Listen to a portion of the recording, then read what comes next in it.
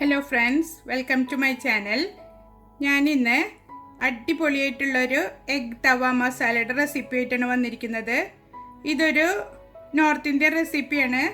അത് നമുക്കൊക്കെ ഇഷ്ടപ്പെടുന്ന രീതിയിലാണ് ഞാൻ ഉണ്ടാക്കിയിരിക്കുന്നത്. എല്ലാവരും ട്രൈ ചെയ്ത് നോക്കുക. നിങ്ങൾക്ക് ഇഷ്ടമാവുകയാണെങ്കിൽ എൻ്റെ വീഡിയോ ഫ്രണ്ട്സിനും റിലേറ്റീവ്സിനും ഒക്കെ ഷെയർ ചെയ്ത് കൊടുക്കുക, സബ്സ്ക്രൈബ് ചെയ്യുക, സപ്പോർട്ട് ചെയ്യുക. അപ്പോൾ ഇതെങ്ങനെയാണ് തയ്യാറാക്കിയിരിക്കുന്നതെന്ന് കണ്ടിട്ട് വരാം. എഗ് തവ മസാല റെഡിയാക്കാൻ വേണ്ടിയിട്ട് ഞാനൊരു തവ അടുപ്പത്ത് വെച്ചിട്ടുണ്ട്. അതിലേക്കൊരു 2 ടേബിൾ സ്പൂണ് ഓയിൽ ഒഴിച്ചു കൊടുക്കുക. ഓയിൽ നന്നായി ചൂടായിട്ടുണ്ട്. അതിലേക്കൊരു 1/2 ടീസ്പൂണ് ജീരകം ഇട്ട് കൊടുക്കുക. ജീരകം നന്നായി മൂത്ത് വന്നിട്ടുണ്ട്. അതിലേക്കൊരു 3 വലിയ സവാള കട്ട് ചെയ്തത് ഇട്ട് കൊടുക്കുക. നല്ല പൊടിയായിട്ടാണ് ഞാൻ കട്ട് ചെയ്തെടുത്തിരിക്കുന്നത്. ഉള്ളി വാടാൻ ആവശ്യമായ ഉപ്പ് ചേർത്ത് കൊടുക്കുക. എന്നിട്ട് നന്നായി മിക്സ് ചെയ്തിട്ട് വാട്ടിയെടുക്കുക. ഇത് നല്ല ഗോൾഡൻ കളർ ആവുമൊന്നും വേണ്ട, ഒരു 40-50% വാടി കിട്ടിയാൽ മതി. ഉള്ളി വാടുന്ന സമയം കൊണ്ട് ഒരു 15 അണ്ടിപ്പരിപ്പ് ഒരു 1/2 കപ്പ് വെള്ളത്തിൽ കുതിരാനായിട്ട് മാറ്റി വയ്ക്കുക. ഉള്ളി വാടി വന്നിട്ടുണ്ട്. അതിലേക്ക് ഒരു 2 പച്ചമുളക് നെടുകെ കീറിയത് ഇട്ട് കൊടുക്കുക. ഒരു 3 തക്കാളി ചെറിയ പീസസ് ആക്കിയിട്ട് കട്ട് ചെയ്ത് ചേർത്ത് കൊടുക്കുക. നന്നായി വാട്ടിയെടുക്കുക. ഞാനൊരു 7 മുട്ട പുഴുങ്ങി വെച്ചിട്ടുണ്ട്. നിങ്ങൾക്ക് എത്രയാണോ ആവശ്യം അതിനനുസരിച്ചിട്ട് പുഴുങ്ങിയെടുക്കുക. നമ്മൾ എടുക്കുന്ന മുട്ടയ്ക്ക് അനുസരിച്ചിട്ട് ഉള്ളിയും തക്കാളിയും എടുക്കുക. ഇപ്പോൾ 4 എണ്ണമൊക്കെ വെച്ചിട്ട് ചെയ്യുന്നുള്ളെങ്കിൽ ഒരു 2 സവാള, ഒരു ചെറിയ 2 സവാള ഒക്കെ എടുത്താൽ മതിയാവും. ഒരു മീഡിയം ടൈപ്പിലുള്ള ഒരു തക്കാളി എടുത്താൽ മതി. ഇതിലേക്ക് ഇനി ഗ്രേവിക്ക് ആവശ്യമായ ഉപ്പ് ചേർത്ത് കൊടുക്കുക.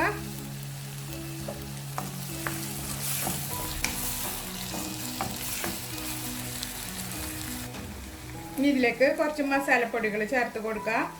ഒരു 1/2 ടീസ്പൂണ് മഞ്ഞൾ പൊടി, 1 ടീസ്പൂണ് മുളക് പൊടി.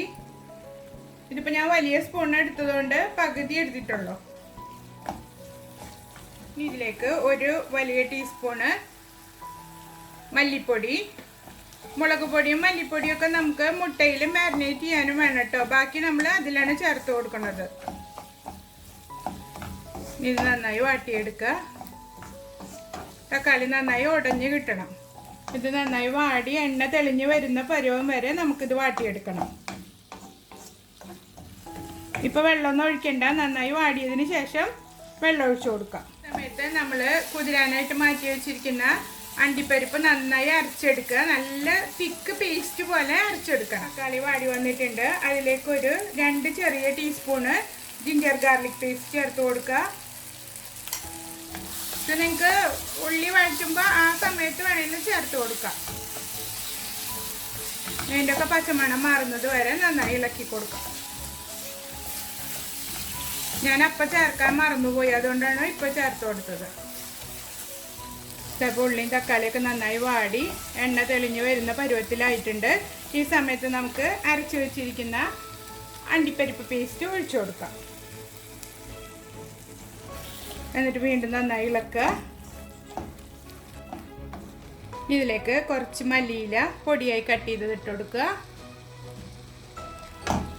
എന്നിട്ട് ഇത് വേണമെങ്കിൽ ഒരു 1/2 കപ്പ് വെള്ളം കൂടെ ഒഴിച്ചിട്ട് മൂടി വെച്ചിട്ട് നമുക്കിതൊരു 10-20 മിനിറ്റ് ഒന്ന് കുക്ക് ചെയ്തെടുക്കാം. ഞാനിപ്പോൾ ഇതിലേക്കൊരു 1/2 കപ്പ് വെള്ളം കൂടെ ഒഴിച്ചു കൊടുക്കുന്നുണ്ട്.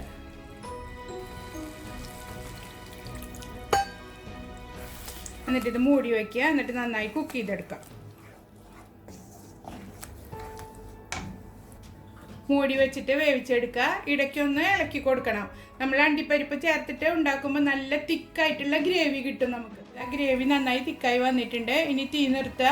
അതിനുശേഷം എഗ്ഗ് ഒന്ന് മാരിനേറ്റ് ചെയ്തെടുക്കണം. ഒരു ബൗൾ എടുത്തിട്ടുണ്ട്. അതിലേക്ക് 1 ടേബിൾ സ്പൂണ് ഓയിൽ ഒഴിച്ചു കൊടുക്കുക.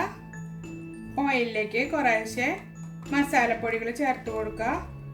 1 ടീസ്പൂണ് മുളക് പൊടി, കാശ്മീരി മുളക് പൊടിയാണ് എടുത്തിരിക്കുന്നത്. 1/4 ടീസ്പൂണ് മഞ്ഞൾ പൊടി, 1 ടീസ്പൂണ് മല്ലിപ്പൊടി, പാകത്തിന് ഉപ്പ്, ഒരു അല്പം കുരുമുളക് പൊടി. നിങ്ങൾക്ക് നല്ല എരിവ് വേണമെന്നുണ്ടെങ്കിൽ 1 ടീസ്പൂൺ വരെയൊക്കെ ചേർത്ത് കൊടുക്കാം കേട്ടോ. മല്ലിയില, ഇതിലേക്ക് ഓരോ മുട്ട എടുത്തിട്ട് അതിങ്ങനെ ഒന്ന് വരഞ്ഞു കൊടുക്കുക. ഒറ്റ ഒരു വര ഇട്ട് കൊടുത്താൽ മതി. വെള്ളക്കരുവിൽ മാത്രം, മഞ്ഞക്കരുവിൽ തട്ടാതെ വരഞ്ഞു കൊടുക്കുക. ഓരോന്നോരോന്നായിട്ട് ഇതിലേക്ക് ഇട്ട് കൊടുക്കുക. മുട്ടേനെ നന്നായി മസാലയുടെ കൂടെ നന്നായി മിക്സ് ചെയ്തെടുക്കാം. ഇതിന് മുന്നേ എഗ്ഗ് ബിരിയാണി, എഗ്ഗ് മുഗളായി കറി, ഉടച്ചൊഴിച്ച മുട്ടക്കറി, അങ്ങനെ 2-3 തരം മുട്ടക്കറിയുടെ റെസിപ്പികൾ പോസ്റ്റ് ചെയ്തിട്ടുണ്ട്. അതിൻ്റെ ലിങ്കെല്ലാം ഞാൻ താഴെ കൊടുക്കാം.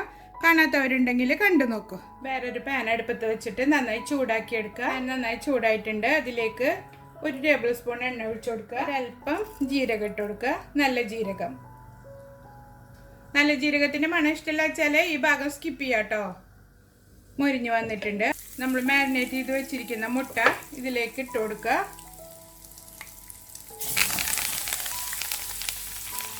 നന്നായി ഇളക്കി കൊടുക്കുക. ഒരു 3-4 മിനിറ്റ് ഇതിലിട്ടിട്ട് വേവിച്ചെടുക്കണം. ആദ്യം 2 മിനിറ്റ് ഒന്ന് ഇളക്കി കൊടുത്തതിന് ശേഷം ഒരല്പം വെള്ളം ഒഴിച്ചിട്ട് നമുക്കിത് വേവിച്ചെടുക്കാം. ഇപ്പോൾ 2 മിനിറ്റ് ആയിട്ടുണ്ട്. ഇനി ഇതിലേക്കൊരു 1/2 കപ്പ് വെള്ളം ഒഴിച്ച് കൊടുക്കുക. 5 മിനിറ്റ് കുക്ക് ചെയ്തെടുക്കാം. മുട്ട ഇങ്ങനെ ഫ്രൈ ചെയ്തിട്ട് ഇങ്ങനെ തന്നെ വേവിച്ചെടുക്കുമ്പോൾ നല്ലൊരു സ്മെല്ലാണ്. ഇപ്പോൾ ഒരു പ്രത്യേക ടേസ്റ്റാണ് ഇങ്ങനെ മുട്ടക്കറി ഉണ്ടാക്കുമ്പോൾ. അപ്പോൾ ഇതാ നമ്മൾ ഒഴിച്ച് വെള്ളം വറ്റി വന്നിട്ടുണ്ട്. ഇനി നമ്മൾ റെഡിയാക്കി വെച്ചിട്ടുള്ള ഗ്രേവിയില്ലേ അത് ഇതിലേക്ക് ചേർത്ത് കൊടുക്കുക.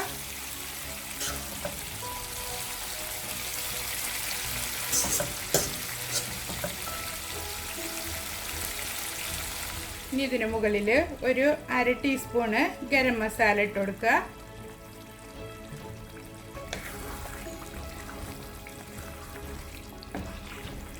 നന്നായി മിക്സ് ചെയ്തെടുക്കുക. അവസാനമായിട്ട് ഒരു 1/2 ടീസ്പൂണ് കുരുമുളക് പൊടി ഇട്ട് കൊടുക്കുന്നുണ്ട്. നിങ്ങൾ എരിവ് നോക്കിയിട്ട് നിങ്ങളുടെ ഇഷ്ടത്തിനനുസരിച്ചിട്ട് ചേർത്ത് കൊടുത്തോളൂ. ഉപ്പൊക്കെ നോക്കുക. എന്തെങ്കിലും കുറവുണ്ടെങ്കിൽ ഈ സമയത്ത് ചേർത്ത് കൊടുക്കാം. നല്ല ടേസ്റ്റി ആയിട്ടുള്ള എഗ്ഗ് തവ മസാല ഇവിടെ റെഡി ആയിട്ടുണ്ട്. ഇതൊന്ന് തിളപ്പിച്ചിട്ട് നമുക്ക് തീ നിർത്തി കൊടുക്കാം. ഇതപ്പോൾ തിളച്ച് വന്നിട്ടുണ്ട്. ഇനി തീ നിർത്തി കൊടുക്കുക. അപ്പം പൊറോട്ട, ഇടിയപ്പം എല്ലാത്തിൻ്റെ കൂടെ നല്ലൊരു കോമ്പിനേഷനാണ്. ട്രൈ ചെയ്ത് നോക്കിയിട്ട് ഫീഡ്ബാക്ക് അറിയിക്കുക. എൻ്റെ ചാനൽ ഇഷ്ടമാവുകയാണെങ്കിൽ സബ്സ്ക്രൈബ് ചെയ്യാനും ലൈക്ക് ചെയ്യാനും ഷെയർ ചെയ്യാനും മറക്കരുത്. അടുത്തൊരു വീഡിയോയുമായി വീണ്ടും കാണാം. ബൈ.